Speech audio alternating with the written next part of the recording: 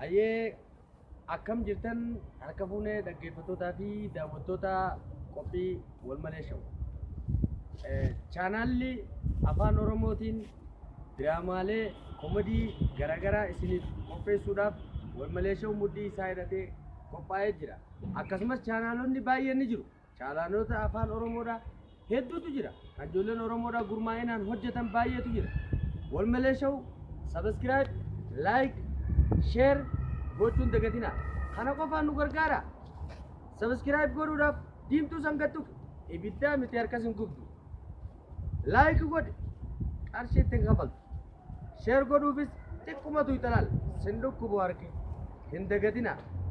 Odaa bultum show ni jira. Bilisoo show chaanaala guddaa beekamaa ijoollee aartii Oromoo Yemen kan gurmaa'inaan ijaarame jechuudha. Bilisoo show akkasumas jala seentanii subscribe godhuu qabdan. Murawwaa showtu jira. Goolii YouTube akkasumas humbannaa chaanaalota baay'ee kan ilmaan Oromoodhaa gurmaa'inaan tolfatanii irratti hojjechaa jirantu jira.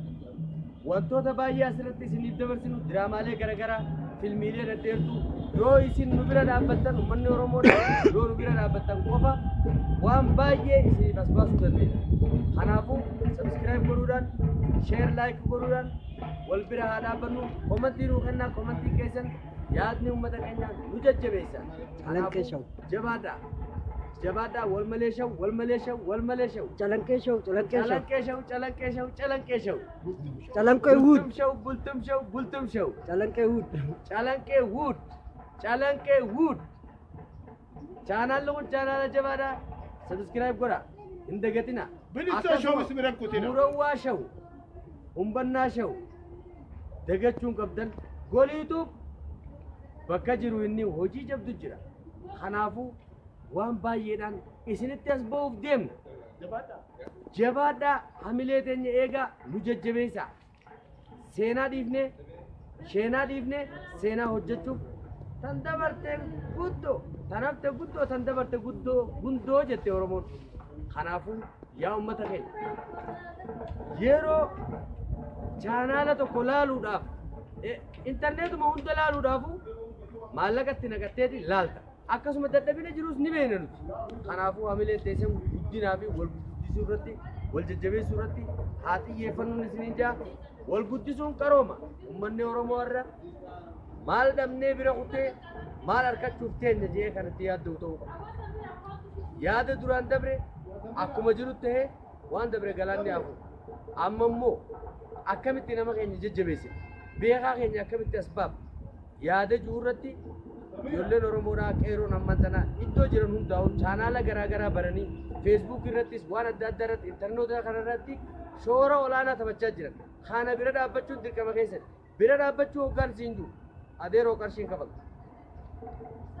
Chaanaaluma isaanii san jala seenii subscribe godhi. Bakka diimtuu san gad tokko notification tokko si bira dhufa wanni hundinuu bira dhaabbatte jaama. Like godhi. Share godhi. Uumama tokkicha kanaan uummata Oromoo miliyoona addunyaarra jiru gargaaruu ni dandeessaa jechuudha. Kanaafuu qabsoo jaa. Qabsoo guujaan bar qabsoon qawwee fudhattee diinajjeessuu qofaa miti.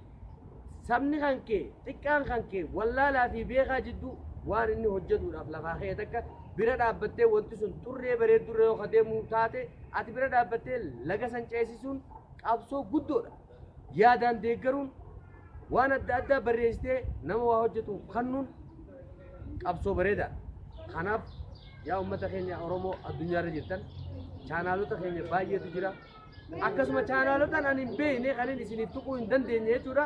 Baay'ee jira kan uummata Oromoodhaa, kan dhiiraa, kan dhalaadhaa hedduu jira jechuudha. Bira dhaabbachuun dirqama keessan gama hiyyaanan chaanaala uummata Oromoo kan hin arge guutuu wallaahi yoon bira darbe argee osoo subscribe hin goone yoon bira darbe naaf hin dhiisina. Bira dabruun hin jiru. Rabbiin nagarsiifnaan jechuudha. Deemeetiin ilaala keessa hojii nama kanaatis ni ilaala ni jajjabeessa. Akkasuma anis komentii naa kennaa qeeqa jiru naa kennaa. Qeeqni isin naa kenne taniif duba nan deebisu komentiin na jajjabeessi.